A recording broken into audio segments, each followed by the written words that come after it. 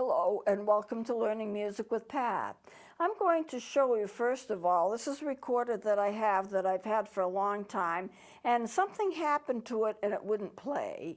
So before I do anything else, I'm going to show you how to clean and take care of a recorder like this. And once in a while you may get one that's stuck with something in it or a grain of sand or something, but I picked up this instrument. As I said, I use it a lot. It's one of my favorites. I've done solos on it, and lo and behold, it wouldn't play. I could blow into it and it acted like something was stuck in it. And I thought, this is odd. This instrument has never refused to play in all of the years that I've had it. It's never refused to play. And so, but it just wouldn't play. It acted like something was clogged up. The air wouldn't get through. And so I have to tell you what I did in order to take care of the situation, because I did not know what was wrong. It had never done anything like that before. None of the other recorders have either. So I took the instrument, and I'm going to take another one here to show you, because I have this all set to where I want it. Let's supposing this is the one that was stuck. Sometimes if you have some sand or some kind of thing, or maybe a little piece of something that has gotten stuck in it, you can blow across the labium.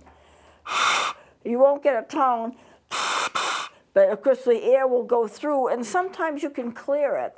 And I've noticed that other people, like flute players, often do that too, so because what they'll do, if you have a flute, now this isn't a flute, it's a fife, but it's designed to look like a flute. This would be the mouthpiece right here, and they would blow across the mouthpiece. Well, you can't blow across a fipple mouthpiece because it's not designed like that. But a mouthpiece like this that you have on a flute or on a fife, you can blow across that. I could actually get tones that way, but it might loosen anything that was in there. But the other thing I did was I took a little cleaning rod. I don't have it with me, but I took a little cleaning rod and I pulled the whole instrument apart.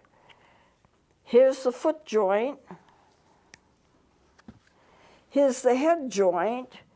And this is the body of the instrument. And the cleaning rod, I call it a cleaning rod, but it's got a little fuzzy thing on it, and you can just stick it up and down from both directions and clear it out, because this is nothing but a tube.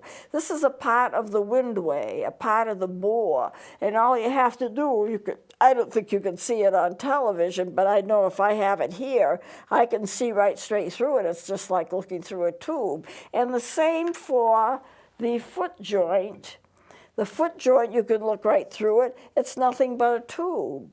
Basically, it's got a little design to it, but there's nothing about it that would clog anything up in it. So, but the way that you might run into the trouble is the head joint, because here's the head joint. This is called the windway. This is the labium. And this is the fipple mouthpiece. There is a block. It doesn't show too well in this one, so let me show you the other one. Let's see. Here's one. You can see the block clearly. It's a darker brown area in the center of the instrument. And that becomes a part of the mouthpiece. And then there's a piece in here. You can't get to it. But there's a piece here that's a round piece. It's a circular piece that blocks off some of the air. So it's got to go through the labium. And that you can't get beyond. So if there's anything that's stuck in it, it's probably stuck in from here to here. This is where you play. Now, this doesn't have much of a tone, but I don't use it to play with. I just use it to demonstrate. So anything that gets stuck in here, I don't know how you would get it out. But what I did was I blew into it. I took the cleaning rod. I went into it, cleaned it all out. I could get it to, I could maybe able to demonstrate this. When it gets up here, it stops. I can't go any further. If you look here, it goes up to the labium, and I'm not sure that you can pick this up. You might be able to pick up the conductor's baton because I'm moving it back and forth. And when I have it all the way up where it will go, you can see it through the labium. You can see it, okay. And you can't see it much. That labium is just a little tiny square. You know, it's just a little bit of a thing, but that's where it is. Now, that block then is right above the labium, right here, at the lower part of the mouthpiece. From here to here, if there's anything caught up in there, I can't get it out. Now you should, and I was able to, somehow after I did this cleaning routine, it started playing again. And it played very nicely, so I got it back. But this is the first time that's ever happened. In all the years I've been playing recorder, that's the first time it had ever happened. But the way that you take care of a recorder, you will take the parts, let's say this part, you will get some rubbing alcohol and a soft cloth, and you'll rub all the way around here. This would be the joint. Now, this is the body of the instrument, and this is the foot joint, and you join the two together. But it gets stuck, you know, if there's any grime in there. Every so often, take a soft cloth and rubbing alcohol and go all the way around here, and as much as you can in the inside. You do the same up here. And go in and around as much. A little piece of cloth, you can kind of twist it up a little bit with alcohol, rub it on the outside, rub it on the inside. Wherever these joints meet, you do the same thing here. You really don't you don't really need to do it here because nothing's attached to it, but I often do anyway, you know, just to kind of complete the process. And you will find, if you're playing flute, you need to do the same thing. If you're playing a flute, and the joints come apart a little bit like the recorder, and if you don't clean it well, then it's going to get harder and harder to put the joints together. It's like gets stuck. It doesn't want to move. And when you pull them apart, you might find that there's it looks like a blackish residue on the joints themselves. I don't know where it comes from, because you're not actually playing into the joints. I mean, the inside of the joint, yes, but where they join together. But you will find that there's a little residue there. You carefully pull it apart. You take your rubbing alcohol and you rub over that joint. Now, this isn't a flute, but I use it a lot for demonstration. I would rub it here, I would rub it here, being very careful not to touch a pad with the alcohol, because the alcohol is going to really damage the pad. And you don't want that. Pads are replaceable, but why put yourself in the expense of needing repair if you can avoid it? And the same thing, if you have a clarinet, and the clarinet is a true wooden clarinet, I don't think there are too many of them around. They're certainly still being made, but a wooden clarinet has to be oiled every so often. So you would have to take a little cleaner, put oil on it, and put the oil up and down the instrument in the inside. And I also used to do the outside of the instrument. And where there was a pad, see, I don't have an instrument that can show you that here today, but where there's a pad, you either cover it with plastic or you lift it up and put plastic underneath the pad so the pad does not get oil on it. And you certainly never, never, never, never put alcohol on a wooden instrument, because what's going to happen is you're going to split the wood, and when you split the wood, that split's going to prevent it from playing, and it'll split over and over again. It'll get wider and wider. You're not going to be able to play it, and the more you try to play it, I mean, it may play for you some, but it'll just make that slit wider and wider. So wooden instruments, you cannot use alcohol on them at all. And I always tell students, do not let other people play your instruments, no matter what they are. And don't you play other people's instruments, because some instruments you can easily disinfect, but some instruments you can't. In the case of a recorder, and I used to teach recorders in the school, I would take alcohol and I would go all over the mouthpiece and around by where the hands are. I didn't pull them apart necessarily, but I could have, you know, and done the joints, but I didn't do that. I just wanted to keep it germ-free for students who are playing, because if you have a group of students, you have so many recorders, and different age groups will come in and they'll use the same recorder. So you need to disinfect them, and I used to disinfect them twice. I used to disinfect them when the students left, and we would all participate in that together because I'd want to teach them how to do it. And then again, when the students came in. So they were disinfected twice to keep them pretty much germ-free. And the process isn't that bad if you just want to do it quickly. You just take your rubbing alcohol and your soft cloth and you wipe all around the mouthpiece and all around down where the fingers are going to be, and also on the thumb hole in the back. That's basically all you have to do. You don't do what a friend of mine did. When I went to teach in his school, he was a principal, superintendent or something of a school, and he wanted me to teach music, and I agreed to do that. And when I got in there, the instruments were all bent in half and distorted. He says, I knew I had to disinfect them, so I put them in boiling water. I said, you put plastic, ordinary type plastic, and you stuck it in boiling water and held it down there for a few seconds so it would disinfect. Yeah, but they all came out funny shaped. Yeah, the plastic melted.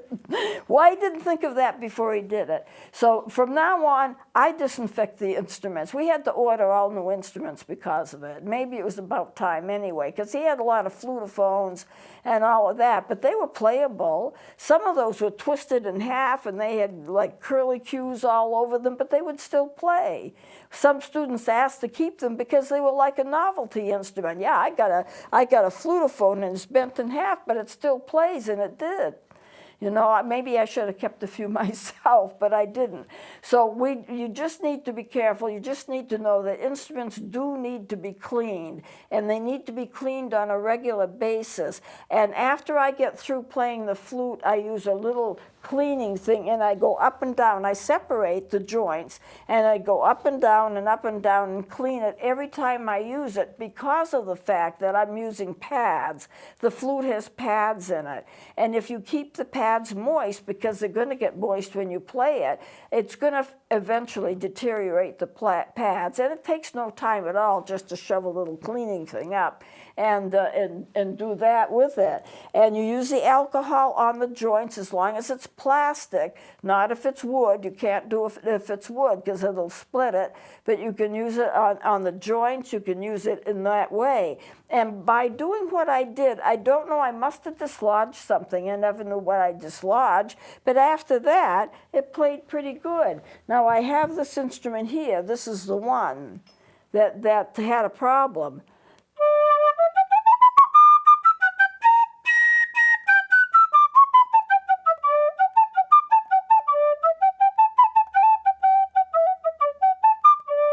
So I can't say there's anything wrong with this now, but there was something in it, and I don't know what it was, and so it was odd. I've never had one get stuck. I mean, I don't play in the Mojave Desert, you know, where there's all kinds of sand around. But the only thing I could figure out is that there's been a lot of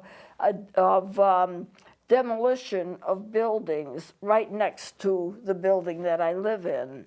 And I can look out of my window and I can see it all, because one of the buildings that was demolished is right beside the apartment, one of my apartment windows. So I look out and there it is. It's there no longer, but there's sand and there's dust everywhere. And if anyone opens a window to the hall, some of that sand gets blown in. So it's possible, since my apartment is on the end of that building, on the end of that hall, that somehow I got some sand or something that was in my apartment and it picked it up that way. I really don't know if that's what happened, and I don't know what would have happened to cause it to do that.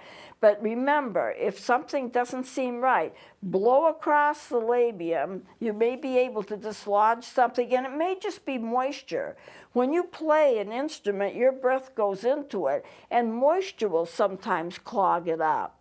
And that condenses into water droplets, and that can stop it too. That can clog it up too. So blow across it and you'll get that moisture out. At least you can do that, and use the other cleaning methods that I've described. And you can keep an instrument happy for years and years and years. This is not a new instrument. This is quite old, but it plays quite well. So I just wanted to show you that. Now I'm also going to show you, while I have it here, I brought an instrument. This is a Peruvian recorder. It's a Peruvian one. It comes from Peru, and I have several of them. And the reason I want to show you that is I want to show you they are beautiful instruments. They have a labium. They're not end-blown flutes like I've been bringing in lately. They have the labium is right here. It's quite small. If you look on the side, this is the mouthpiece. This is a Fipple mouthpiece, just like they are, most of the recorders have. And you look in the back, and there is a block in it. I don't know how easily, okay, if you can pick that up, it's a little darker color.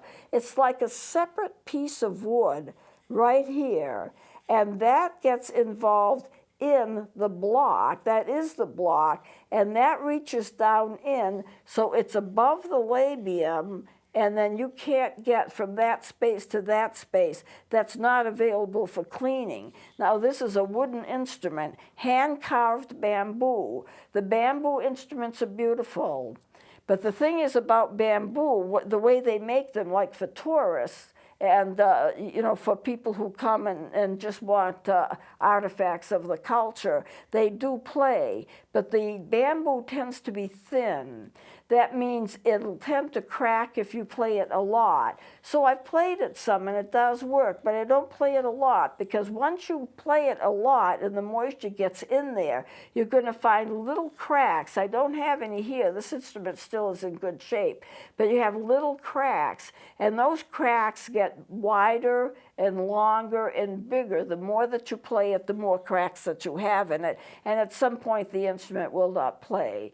And I want to bring this in to show you, because I remember one of the last segments I've had, 1 or 2 segments ago, I showed you some recorders that weren't glued right, so there were little slits on the side of it, and so they wouldn't be able to play because the air was escaping where it wasn't supposed to be, and that the labiums and the blocks had been put together so carelessly that they didn't fit in right, and so you get little air leakages when that happens, when they put it together carefully, or carelessly, I mean.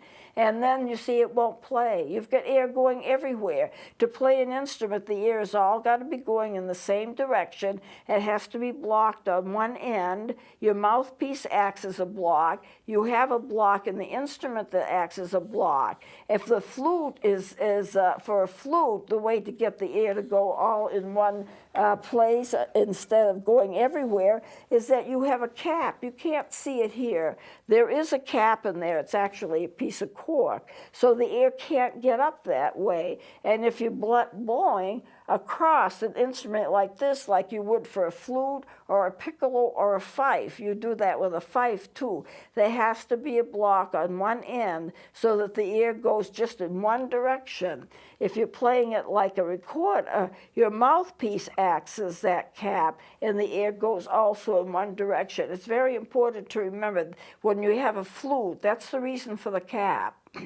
And I know some instruments, they lose the caps, but even in the inside, there is still another device that acts as a cap, so you can still play it. They put a little tiny screw thing on that you just screw it on as a design thing, and it actually helps also to keep the air going in one direction. So that's important. So these Peruvian flutes are beautiful. They're hand-carved. They have beautiful color to them. And if you take care of them, they will play for quite a while, but don't use them too much, because if you use them too much, you'll start getting those little cracks. That's unavoidable because the wood is thin. I have a saxophone that's made out of bamboo strips, and you wouldn't expect to have any cracks in that because it's thicker. They just put the bamboo and they wrapped it around with different kinds of bamboo, but in layers, and you can see the layers and the ridges, and it plays very nicely, and I'm not worried at all. They also spray it to kill bugs. You wouldn't believe the bugs that can get in bamboo. So they spray it, and it's got a little coating on it, so it's a little shiny. I may bring that in another couple of sessions just to remind you. So there it is. Now, we don't have much time left, so I'm not going to start anything new. We'll just close it here, and I will start again. Next time, I'm going to show you another instrument that comes from the Caribbean. It plays very well. Not expensively made, but it plays very well. They did a wonderful job with it. And then I'm going to go on and we're going to start learning, and I started it last time, the symbols of music, the signs of music, so music can be read. But I wanted to bring that in, and I wanted to tell you what happened with that recorder, because there are ways you can kind of self-clean and self-heal an instrument if it's in some kind of trouble. So we'll close it here. Please join me next time.